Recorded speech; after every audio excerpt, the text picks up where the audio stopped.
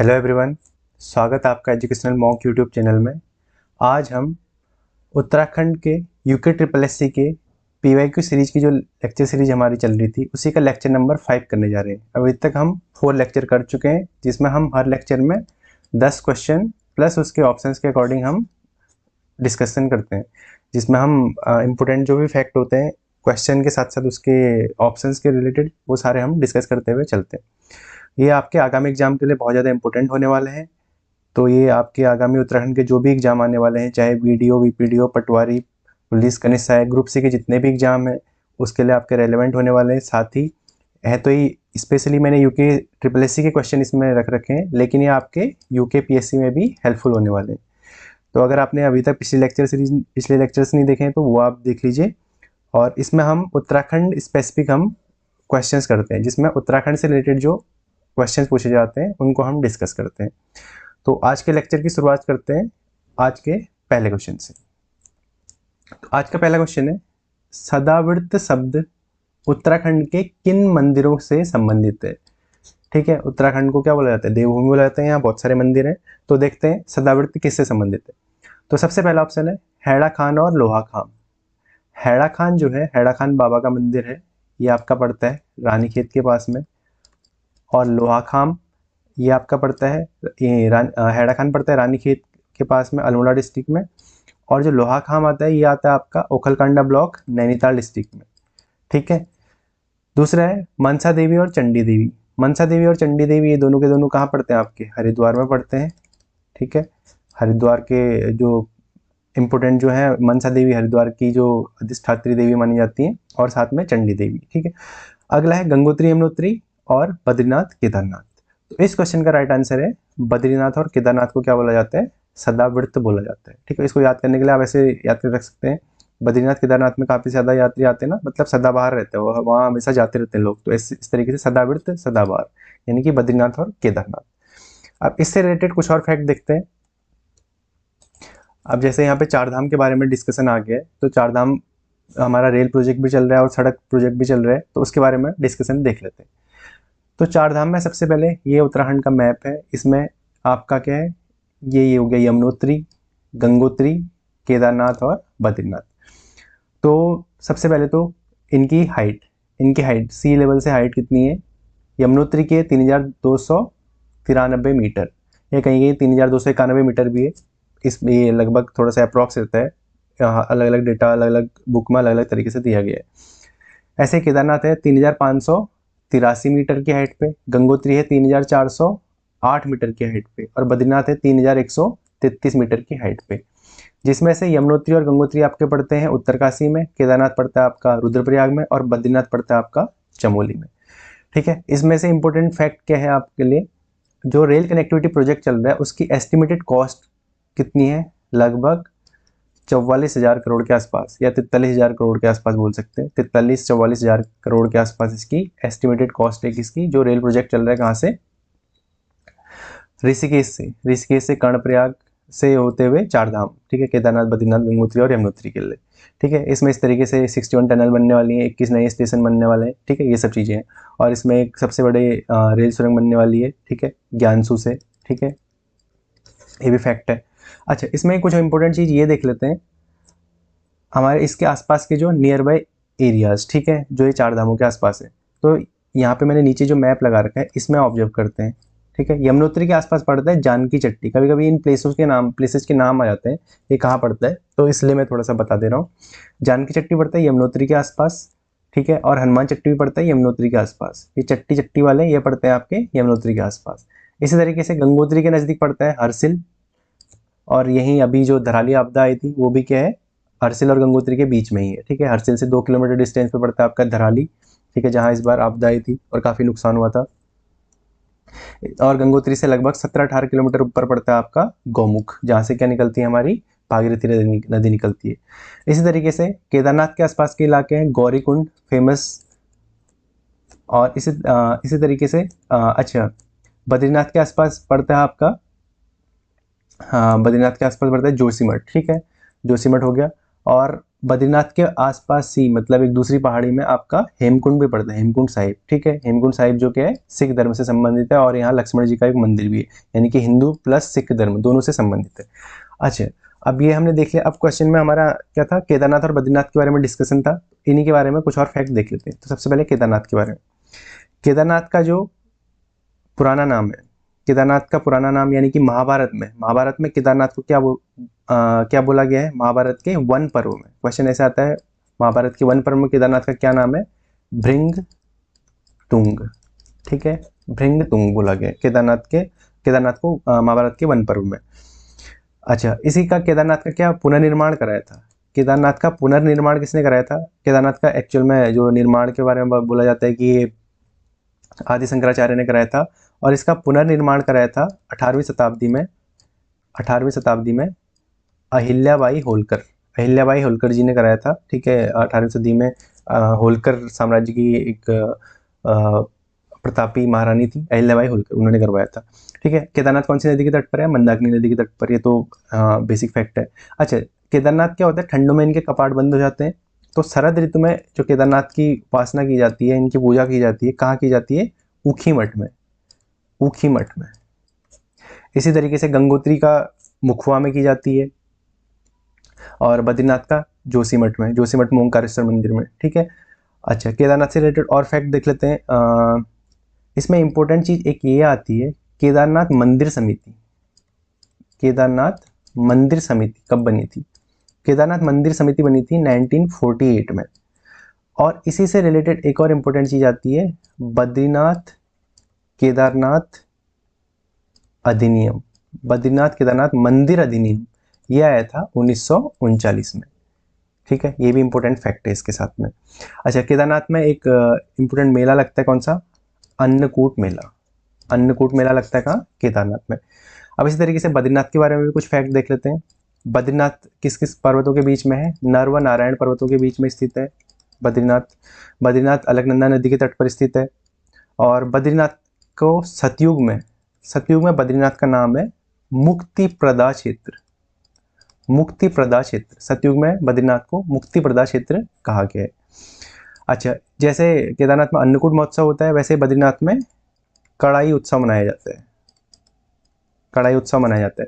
और बद्रीनाथ की जो मुख्य प्रतिमा है वो खंडित प्रतिमा है, जिसको आदि गुरु शंकराचार्य ने नारद कुंड से निकाला था, ठीक है। केदारनाथ का मंदिर तो क्या है, भगवान शिव को समर्पित है, जहाँ शिव के कुबड़ यानी कि पृष्ठभाग की पूजा की जाती है। और बद्रीनाथ मंदिर जो हमारा विष्णु भगवान को समर्पित है, ठीक है। और आदिगुरु शंकराचार्य ने खंडित मूर्ति निकाली थी, कहाँ से, नारद कुंड से निकाली थी, ठीक है। ये इस क्वेश्चन से रिलेटेड हमने ये सारे फैक्ट डिस्कस कर लिए।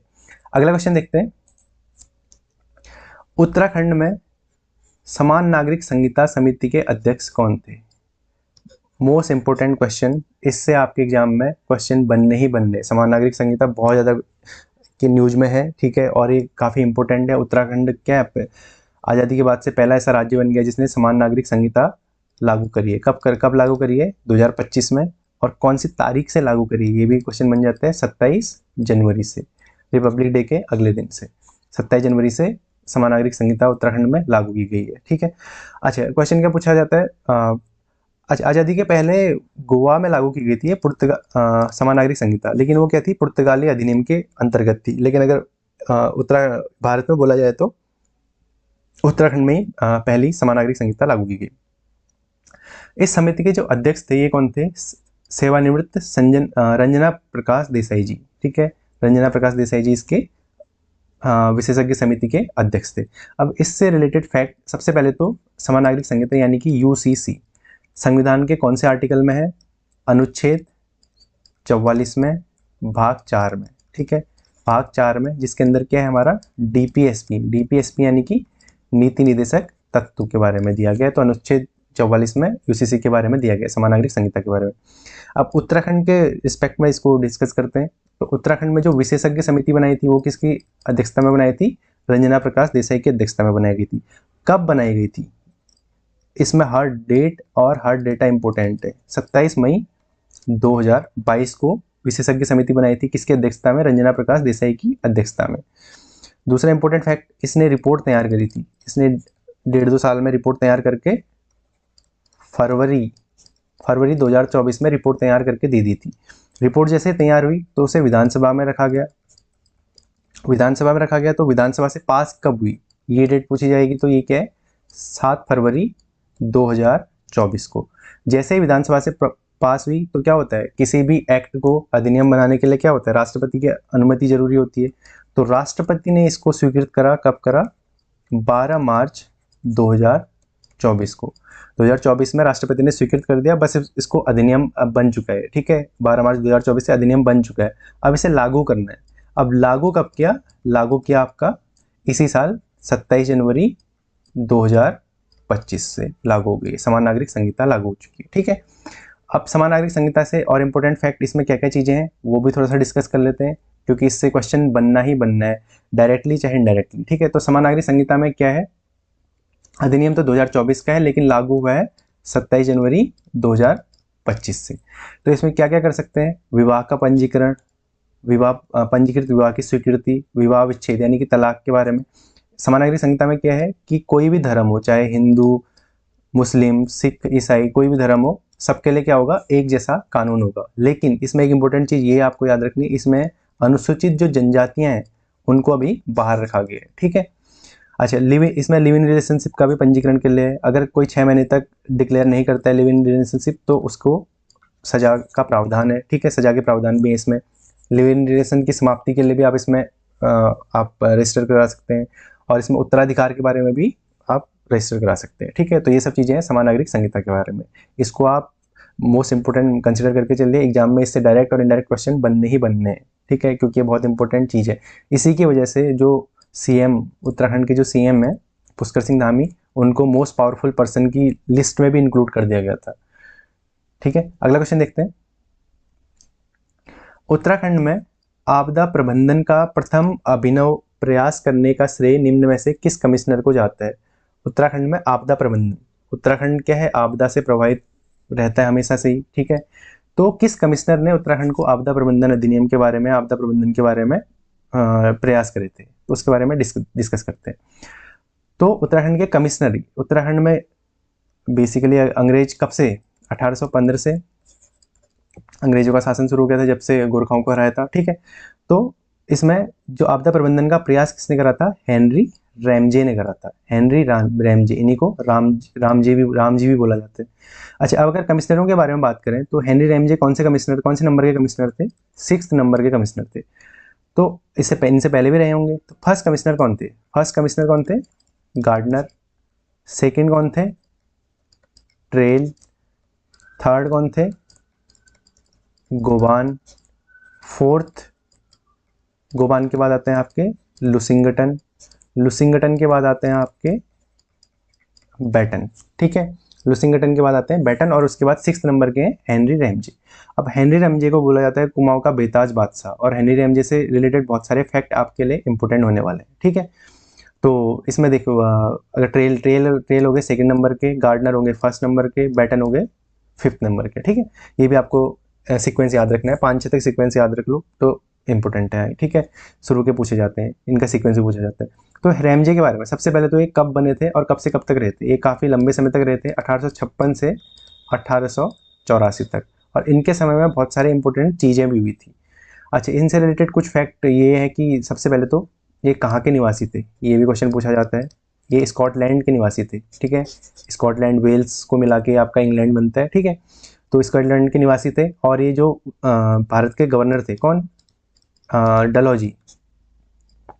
डलहौजी के ये क्या थे, कजिन थे, डलहौजी के कजिन थे। अब डलहौजी का कार्यकाल कब रहा था, अगर भारत के कॉन्टेक्स्ट में देखें तो 1848 से 1856 तक। इन्होंने क्या लाए थी, व्यवगत सिद्धांत लाए थे, डॉक्ट्राइन ऑफ लैप्स लाए थे। ठीक है, जिसके अंदर सतारा, जैतपुर, संबलपुर, झांसी, इन सबको क्या करा गया था, इनके उत्तराधिकार न होने के कारण अंग्रेजों के राज्य में मिला दिया गया था। ठीक है, ये सब हम पढ़ते हैं आपके मॉडर्न हिस्ट्री में पढ़ते हैं। ठीक है, अभी रैमजे के बारे में देखते हैं। 1856 से 1884 तक इनको बोला जाता है कुमाऊं का बेताज बादशाह बोला जाता है। अच्छा, इनके टाइम पे एक इंपॉर्टेंट चीज़ हुई थी, कौन सा, विकेट बंदोबस्त। एक नहीं, बहुत सारी इंपॉर्टेंट चीज़ हुई थी, वो सब देखते हैं कौन कौन सी थी। विकेट बंदोबस्त 1863 से 73 तक रहा था। ठीक है, इसके अंतर्गत क्या हुआ था, भूमि का वैज्ञानिक तरीके से, पहली बार वैज्ञानिक तरीके से भूमि बंदोबस्त किया गया था। ठीक है, अच्छा, रैमजे के टाइम पे ही आपकी राजस्व पुलिस व्यवस्था की शुरुआत हुई थी 1874 में। अच्छा, रैमजे के टाइम पे वन अधिनियमों में भी संशोधन हुआ था। तो रैमजे ने क्या करा था, सबसे पहले 1858 में ठेकेदारी प्रथा को समाप्त करा था। ठेकेदारी प्रथा को समाप्त करा था, ठीक है। फिर क्या करा था, 1861 में ये क्या लाए थे, जंगलात के लिए बंदोबस्त लाए थे। जंगलात बंदोबस्त लाए थे। और फिर इन्होंने 1867 में क्या हुआ था, नैनीताल में एक भूस्खलन आया था, उसके लिए इन्होंने क्या करी थी, हिल साइड सेफ्टी कमेटी बनाई थी। हिल साइड सेफ्टी कमेटी बनाई थी। और इनको कुमाऊनी लैंग्वेज भी बोलनी आती थी, पहाड़ी लैंग्वेज भी बोलनी आती थी, और एक लोगों से काफ़ी मिलजुल के रहते थे, ठीक है। 1857 की क्रांति के समय भी क्या करता, इन्होंने ही उत्तराखंड में जो क्रांति, कुमाऊं में जो क्रांति हुई थी, इनके गुड बिहेवियर की वजह से ही उतनी ज़्यादा उग्र नहीं हुई थी, क्योंकि ये काफ़ी अच्छे कमिश्नर माने जाते हैं, ठीक है। अगला क्वेश्चन देखते हैं। ब्रिटिश सरकार ने, क्वेश्चन नंबर 4 है आज का, वैसे 44 है। ब्रिटिश सरकार ने किस राजा को नाइट कमांडर की उपाधि से विभूषित किया? ब्रिटिश सरकार टिहरी जो टिहरी शासन जो था, टिहरी में जो सरकार थी, टिहरी में किसका राजा का शासन था, ठीक है। गोरखाओं को हराने के बाद टिहरी को राजा के अंदर रखा गया था अंग्रेजों ने, क्योंकि टिहरी के राजा ने सहायता करी थी गोरखाओं को हराने में। तो ये इनको खुश करने के लिए अलग अलग उपाधियां देते थे, इनके साथ अंग्रेजों के साथ अच्छे संबंध रहते थे टिहरी के राजाओं के, टिहरी रियासत के राजाओं के। तो नाइट कमांडर की उपाधि दी थी किसको, कीर्ति शाह को, ठीक है। कीर्ति शाह के बारे में अब इंपॉर्टेंट फैक्ट हम डिस्कस कर लेते हैं। कीर्ति शाह कब से कब तक रहते, सबसे पहले तो 1886 से 1913 तक, ठीक है। ये था कीर्ति शाह का टाइम पीरियड, सबसे पहले तो ये पूछा जाता है। अब कीर्ति शाह की जो संरक्षिका थी, ये कौन थी, महारानी गुलेरिया, ठीक है। क्योंकि ये जब ये छोटे थे तब इनके फादर की डेथ हो गई थी, और इन्होंने महारानी गुलेरिया के संरक्षण में ही इन्होंने शुरुआत में राजकाज संभाला था। फिर इनकी जो शिक्षा हुई थी, कीर्ति शाह को सर्वाधिक शिक्षित शासक माना जाता है टिहरी रियासत का, ठीक है। मेयो कॉलेज से काफ़ी अच्छी परसेंटेज से पास हुए थे। इनको gold medal plus silver medal भी मिले थे वहाँ, ठीक है। एकेडमिक सिल्वर मेडल, मतलब अच्छी एजुकेशन काफ़ी अच्छी थी इनकी, ठीक है। अच्छा, फिर इनको क्या क्या दिया था, ब्रिटिशर्स ने साथ अच्छे रिलेशन थे, तो उन्होंने कुछ उपाधियाँ दी थी, उन्होंने बहुत सारे इनको अवार्ड दिए थे, ठीक है। तो देखते हैं कौन कौन से इंपॉर्टेंट है। 1898 में इन्हें कैंपेनियन ऑफ इंडिया की उपाधि से सम्मानित किया गया था। फिर 1900 में इनको 11 तोपों की सलामी दी गई थी, कहाँ, लंदन में जैसे 21 तोपों की सलामी होती है, वैसे 11 तोपों की सलामी दी थी, इनको सम्मानित किया गया था लंदन में बुला के। 1901 में इन्हें नाइट कमांडर की उपाधि दी थी, जो क्वेश्चन में पूछा गया है, ये 1901 में नाइट कमांडर की उपाधि दी थी, ठीक है। फिर क्या हुआ था, 1902 के टाइम पे इनके शासनकाल में स्वामी रामतीर्थ टिहरी में आए थे, फिर बाद में इन्होंने यहीं जल समाधि ले ली थी, ठीक है। मई 1902 में स्वामी रामतीर्थ कहाँ आए थे, टिहरी रियासत में आए थे, ठीक है। और टिहरी जो अभी टिहरी जलाशय जो है, टिहरी बांध जो है, उसका नाम रामतीर्थ सागर के नाम पे, ठीक है। ऐसे ही फिर क्या हुआ था, 1903 में जो दिल्ली दरबार लगा था, वहाँ इन्हें KCSI या सर की उपाधि दी गई थी, ठीक है। ऐसे ही इन्होंने कुछ काम भी करे थे, ठीक है, टिहरी रियासत में। तो इम्पोर्टेंट क्या है, हिवेट संस्कृत पाठशाला, और इन्होंने हिवेट संस्कृत पाठशाला बनाई थी, वहाँ स्कूल्स स्थापित करे थे, ठीक है। और इन्होंने वहाँ प्रिंटिंग प्रेस की भी स्थापना की थी, ठीक है। प्रिंटिंग प्रेस की वैसे प्रताप शाह ने करी थी शुरुआत, लेकिन इन्होंने भी प्रिंटिंग प्रेस बनाई थी प्रताप शाह के तरह ही, ठीक है। अगला क्वेश्चन देखते हैं, तरुण कुमाऊं, ठीक है। तरुण कुमाऊं किसने प्रकाशित करा? तरुण कुमाऊं क्या था, एक समाचार पत्र था, ठीक है। इसको प्रकाशित करा था किसने, बैरिस्टर मुकुंदी लाल जी ने, ठीक है। बैरिस्टर मुकुंदी लाल जी से संबंधित, जैसे बैरिस्टर मुकुंदी लाल आए तो आपको तुरंत से याद आना चाहिए गढ़वाल पेंटिंग्स। गढ़वाल पेंटिंग्स इनकी बुक है, जो मौलाराम की जो पेंटिंग है, उनको इन्होंने ही फेमस करने का श्रेय इन्हीं को दिया जाता है, ठीक है। अच्छा, अब यहाँ पे समाचार पत्रों की बात आती है, तो सबसे पहले जो हिंदी समाचार पत्र, पहला हिंदी समाचार पत्र कौन सा था, उदंड मार्तंड। एग्जाम में आया क्वेश्चन है, कब शुरू हुआ था? 1826 में। किसने शुरू करा था? जुगल किशोर। ठीक है, जुगल किशोर जी एडवोकेट थे, इन्होंने शुरू करा था। अच्छा, हिंदी समाचार पत्र देश का तो उदंड मार्तंड हो गया। अगर उत्तराखंड की बात करें, उत्तराखंड का पहला हिंदी समाचार पत्र की बात करें तो कौन सा था? समय विनोद। समय विनोद की शुरुआत करी थी 1868 में। किसने? जयदत्त जोशी ने। जयदत्त जोशी ने जसपुर से, जौ से जसपुर, जौ से जयदत्त जोशी। ठीक है, और किसको? समय विनोद को। फिर इसी तरीके से इंपोर्टेंट अखबार आता है 1871 का अल्मोड़ा अखबार। ठीक है, अल्मोड़ा अखबार की शुरुआत किसने करी थी? बुद्धि वल्लभ पंत ने करी थी। बुद्धि वल्लभ पंत। फिर बाद में इसको बद्रीदत्त पांडे ने अंग्रेजों के खिलाफ लिखना शुरू करा था, तो फिर इस पर बैन लगा दिया था। फिर बद्रीदत्त पांडे ने शक्ति समाचार पत्र की शुरुआत करी थी। इस तरीके से ये समाचार पत्र चल रहे थे। ठीक है, अच्छा, इसमें अब अदर ऑप्शंस को भी हम डिस्कस कर लेते हैं। इसमें है पहला ऑप्शन क्या है? गिरिजादत्त नैथानी। गिरिजादत्त नैथानी के बारे में देखते हैं। इस क्वेश्चन का राइट आंसर तो क्या है? बैरिस्टर मुकुंदिला। ठीक है, अच्छा, गिरिजादत्त नैथानी के बारे में इंपोर्टेंट आपको क्या याद रखना है? ये गढ़वाली समाचार पत्र था। उसके संस्थापकों में से एक थे गिरिजादत्त नैथानी प्लस तारादत्त गैरोला और विश्वंभर दत्त चंदोला। विश्वंभर दत्त चंदोला ने क्या करा था? गढ़वाली समाचार पत्र, ठीक है, इन्होंने शुरू करा था। अच्छा, इसमें विक्टर मोहन जोशी ने क्या करा था? विक्टर मोहन जोशी से संबंधित फैक्ट ये है कि इन्होंने क्या करी थी? स्वाधीन प्रजा समाचार पत्र की इन्होंने छापा था। कब से? 1930 से 1933 तक। स्वाधीन प्रजा, विक्टर मोहन जोशी ने। और विक्टर मोहन जोशी से रिलेटेड एक और फैक्ट है कि 1930 में इन्होंने झंडा सत्याग्रह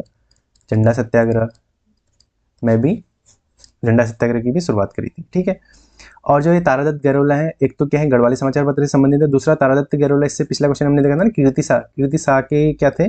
विधि सलाहकार भी थे। ठीक है, कानून से संबंधित सलाह देने के लिए कीर्ति शाह ने इन्हें अपॉइंट किया था। ठीक है, अगला क्वेश्चन देखते हैं। उत्तराखंड का लोक संस्कृति संग्रहालय कहाँ पर स्थित है? उत्तराखंड का लोक संस्कृति संग्रहालय ये है आपका खुटानी भीमताल में स्थित है।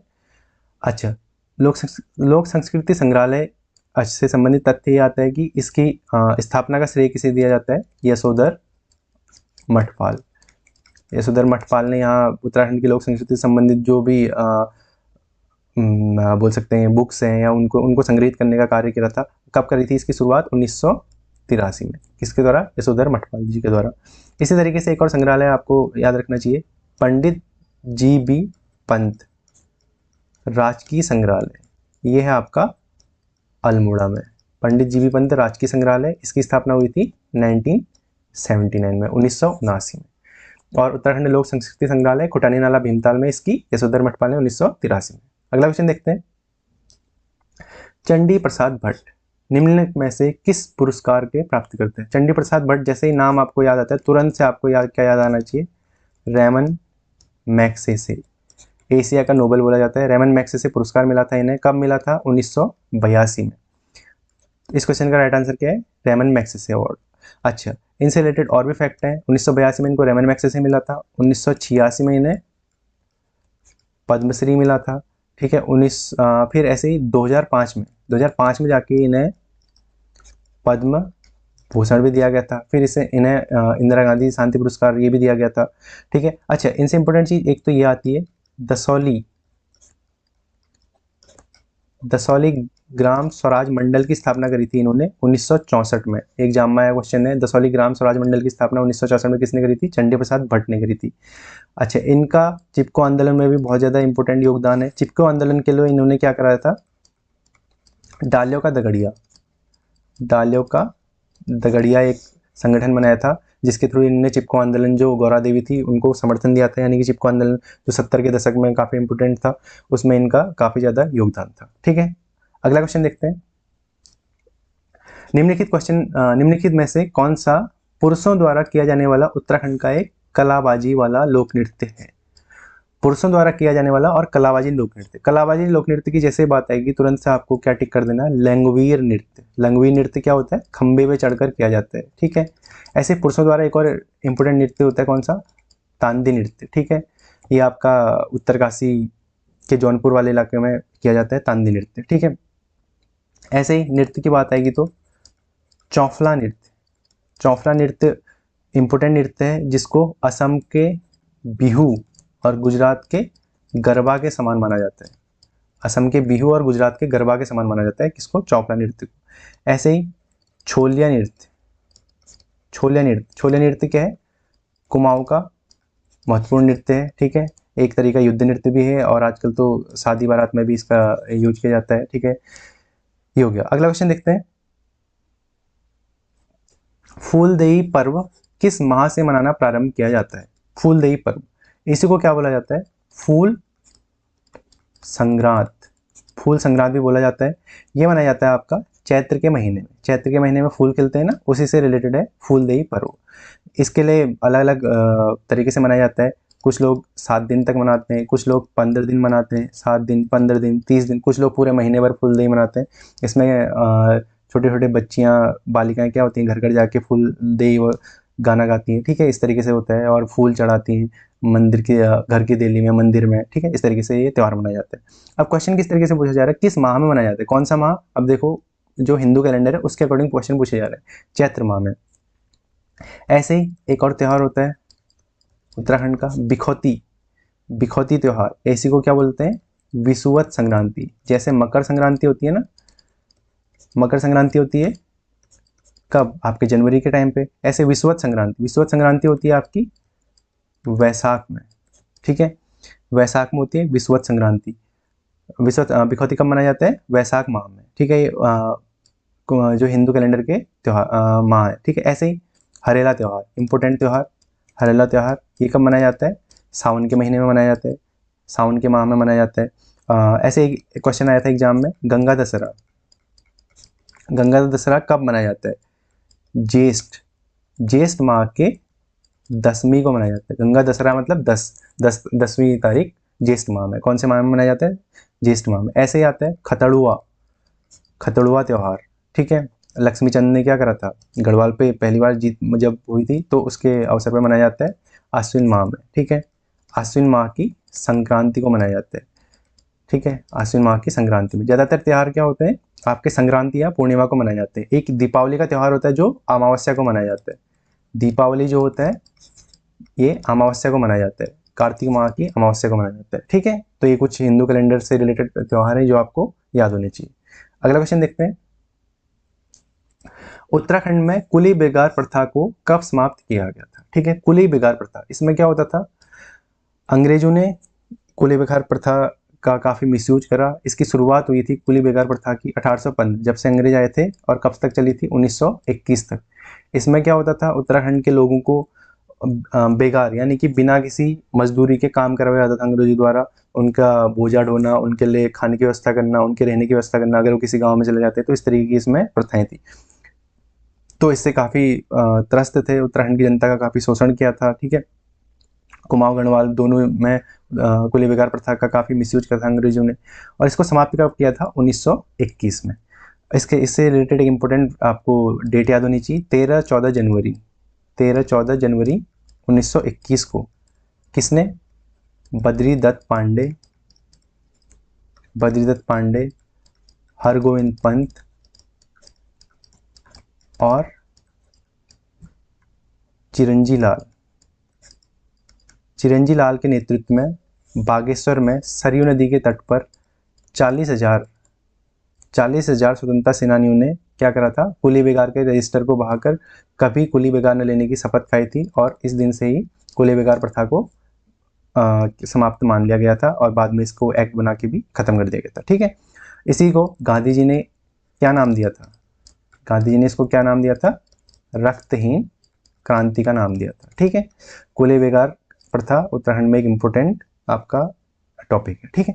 इस तरीके से हमने आज के क्वेश्चन डिस्कस कर लिए। इन जितने भी हमने क्वेश्चन डिस्कस कर रहे हैं सारे के सारे एग्जाम में आए हुए हैं, उससे रिलेटेड हमने इंपॉर्टेंट फैक्ट भी डिस्कस कर रहे हैं, ठीक है। आप बाकी के लेक्चर भी, अब जिससे पहले मैंने लेक्चर करा के वो भी देख लीजिए। आपके आगामी एग्जाम में इनसे क्वेश्चंस बनने की पॉसिबिलिटी बहुत ज़्यादा है, ठीक है। बाकी देखते हैं नेक्स्ट लेक्चर में।